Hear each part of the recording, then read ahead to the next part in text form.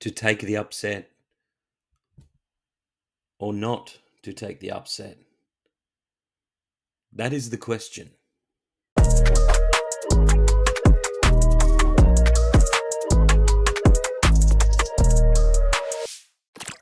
What's going on, guys? Burgz back again for another week of tips and predictions here on The Casual Athlete. This week, we are going to be talking about round 18, but let's cast our minds back to the weekend, shall we? We started off with a brilliant game on Thursday night, possibly the best game of the season that I have watched so far. I can't think of another game, and that includes State of Origin. The Panthers and the Bulldogs went toe-to-toe, and that is what rugby league was about. There wasn't much tries scored, but it was a back and forth affair that I couldn't keep my eyes off, and I want to see more games like that. And to be honest, the rest of the weekend was very boring. Not a lot of upsets got up. I think every favourite won from that point on as well, and it just is a bit ridiculous to tip this year. And taking the favourites some weeks, it could hurt you, especially if all the favourites get up and all these boring tipsters in tipping comps, they just go with the favourite because that's the only thing that they can do. And I know a few people who got 7 out of 8, even 8 out of 8 this week, guys. But we will get into my review in just a moment's time. But if you haven't already, please make sure that you like and subscribe to the channel. We bring out so much content each and every week, and we can't do it without your guys' support. So hit that like button and hit the notification bell so that you don't miss out on any of our latest content. Now, guys, let's just have a quick look back at how I did last week. 5 out of 8 tips correct. And we got the Panthers on Thursday night. And I thought it was going to be a good weekend for us. We had got one of the big 50-50 games out of the way. The Panthers, they hung on in a brilliant game against the Dogs. Like I said before, it was a fantastic game. And unfortunately, I think the Dogs, a couple of mistakes there, mainly due to personnel errors, I think. Putting on Lachlan Galvin probably wasn't the best thing to do. And I know there's a lot of pressure on the club to have him play as many minutes as possible at the moment, but honestly, with the game the way it was a little too risky to put him on, and they ended up costing them the game in the end because it meant that Burton had to become the primary kicker, which Cleary noticed and charged him down and scored that try on the back of it. The Tigers really disappointed with their performance. I know there was no Jerome Luai, but I still gave him a crack in this game, and I stuck true to them. I did think about changing my tip once I found out Luai was out of this game, but yeah, geez, they were just more disappointing than ever, to tell you the truth. They've only lost their last couple of games by a try or, a couple of points, and Manly have been so terrible. They've lost to the Knights and the Titans in recent weeks, and the Tigers couldn't get it done at all. In fact, they didn't even look like they were in the game. So anyway, Manly break a bit of a cold streak, and the Tigers, again, still on the losing streak at this point in time. Raiders, they were just consistent as ever. The Knights came back at the end of this game, but it wasn't really something I was too worried about. The Warriors, man, they just get hit with blow after blow. Luke Metcalf went down with a suspected ACL injury, and that is absolutely heartbreaking for anyone to see in the competition. Even if you don't like the Warriors, Luke Metcalf has had such a troubled run with injuries, especially during his junior career and to his career. And if you can't feel sorry for this guy, then I don't think you should ever be watching rugby league. To tell you the truth, he is one of the rising stars in this competition, and it was an absolute shame to see him go out with an injury like that. St George getting the win in a game of two halves, really. They went up by 26 points, really thought that they were going to run away with the game, and Parramatta clawed their way back into it.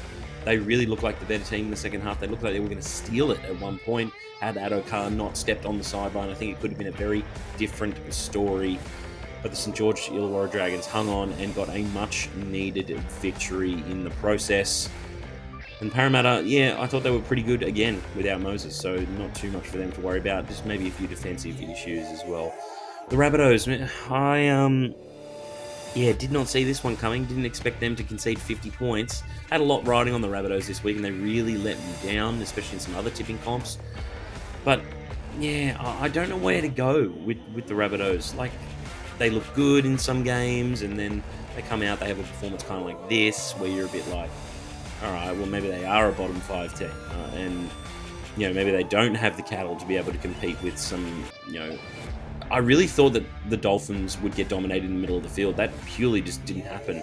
The Dolphins' attack really clicked. Isaiah Katoa's got the ball on the string, and they ran away with it. And there's no really other way to put it. to tell you the truth. Storm getting the win 13 plus, and the Cowboys getting a big victory as well. Finally, we're off the bubble, but I don't think we're quite out of the woods yet, and conceded another 24 points, the worst defense in the competition. But guys, just the 5 out of 8 tips correct, as you see there. I know that's probably not going to cut it this week. I was a little bit disappointed, to tell you the truth. There's been a few upsets getting up in a lot of rounds this year, so you can't begrudge me too much for taking some pretty 50-50 games, with the team who was potentially the outsider in the game. That has worked quite a lot this year. It didn't this particular week, which I'm a little bit disappointed about, but we move on to round 18, so let's talk about those games. Alrighty, guys, just 5 games in round 18 to talk about, and the first one takes place at Accor Stadium, where we have the Bulldogs taking on the Brisbane Broncos. Now, this is one of the best attacking teams in the Broncos, taking on the best defensive team in the Bulldogs. And I found it very interesting that the Bulldogs last week lost essentially on a charge down when they actually are the best charge down team in the competition, and had one during the game on Thursday night. What a blockbuster it was. I thought that the Dogs were probably going to come over the top of Penrith in the end, and they probably should have scored a few more points. They had a lot of ball in that first half. A lot of decisions went their way, a lot of penalties, and they really couldn't score. They couldn't find a way to get over the stripe. A lot of try-saving tackles as well from guys like Connor Tracy. What an underrated player he is. Fantastic game from him. And I really thought their Achilles heel was bringing Galvin onto the field, as I said before.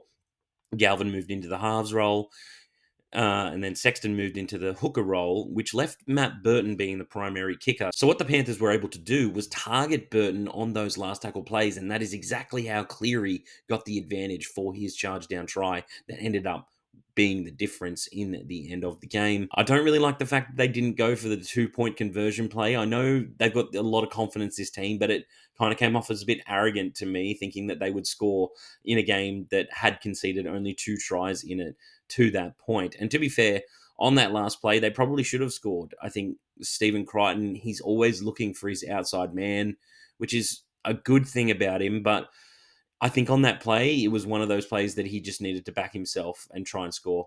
And he probably would have come up with the goods. He generally does as well. But he looked for the pass, and unfortunately, it didn't find the mark, and it went over the sideline. For the Broncos, a bit of a different side of it. They are looking much better since Reece Walsh has come back into the team. That left side is really cooking. Gemmet Shibasaki is going really well.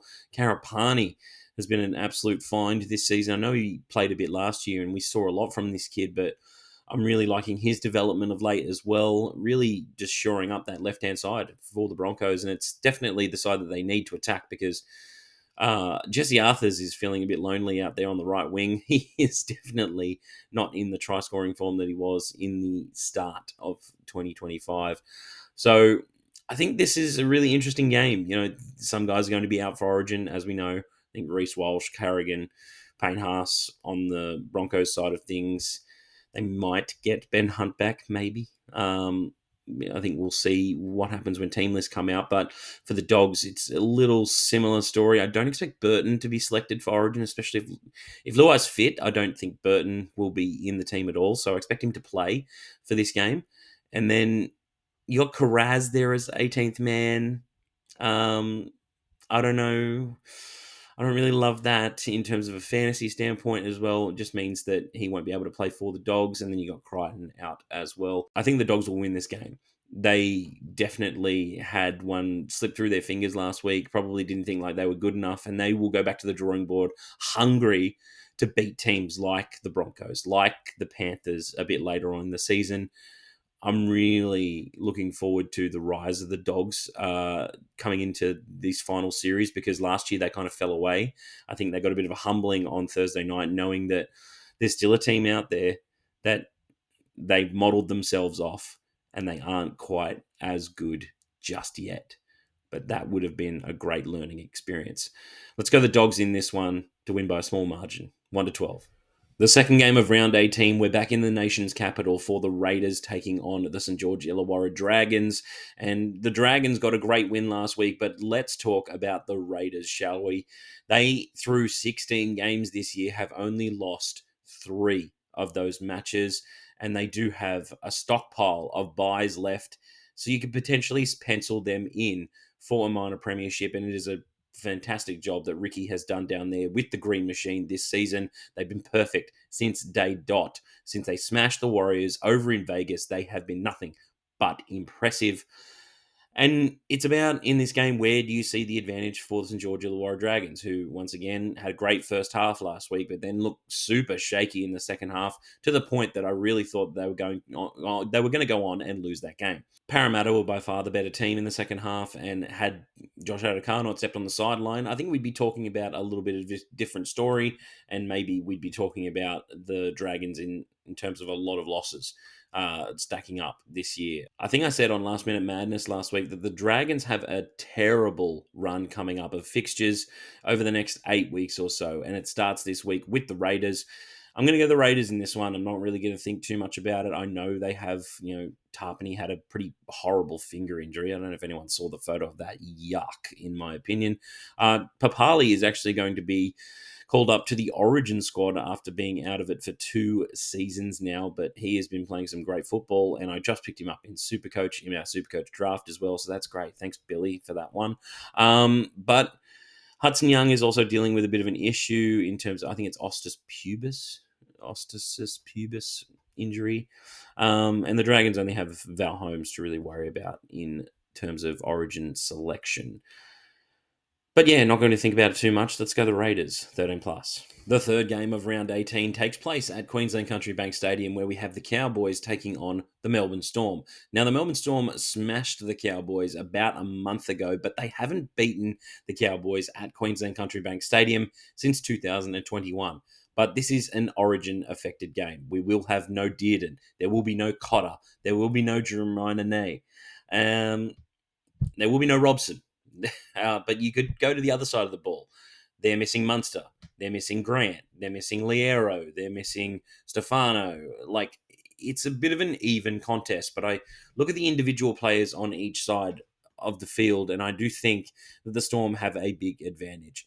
Pappenhausen is still there. Jerome Hughes, who I think is almost more important to the way the Storm play, is also still there. Eli Katoa is easily one of the best second rowers in the competition at the moment, and I really don't know who we're going to send on that left-hand side defence to match up against him this week.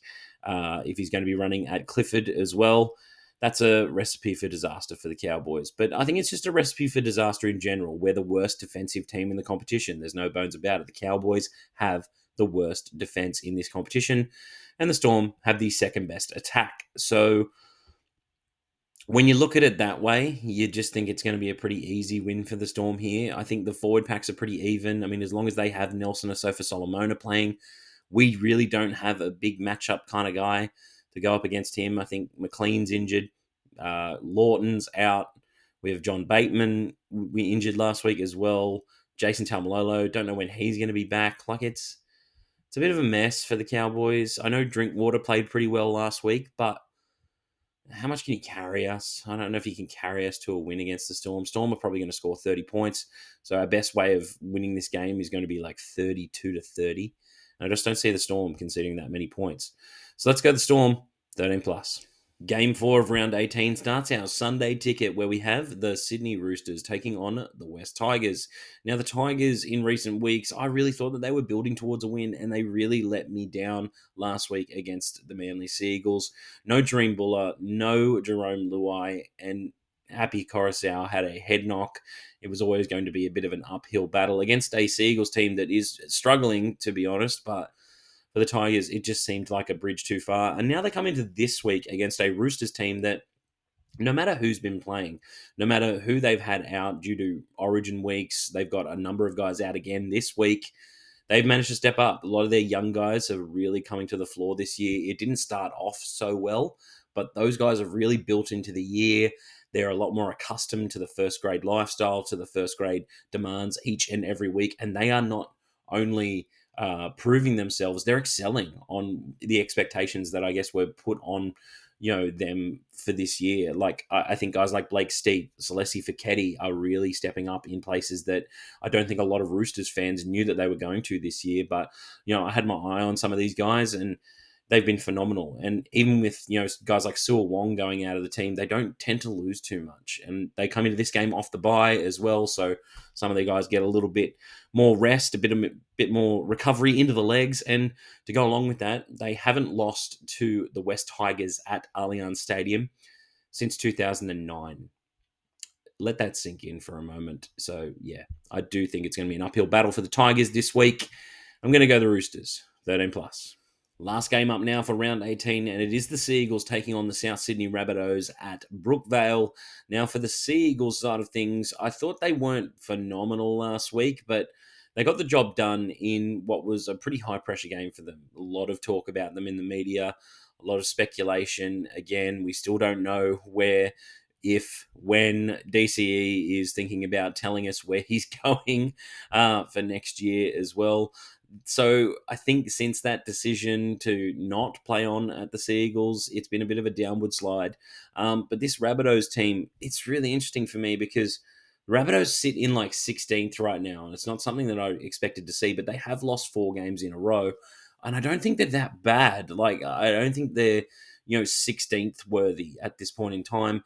And you look at Manly, and they are actually sitting like 2 wins out of the 8 right now. They're sitting in 9th, which is bizarre to me to think about. But in terms of this game, is this the game where the Rabbitohs, they come out of their slumber and they finally get a victory? Because I'm really sick of kind of hanging my hat on the Rabbitohs. I've tipped them 2 weeks in a row now, and they've done nothing but disappoint me. Actually, I didn't tip them against the Storm. I think I tipped them the week before, and they didn't win that either.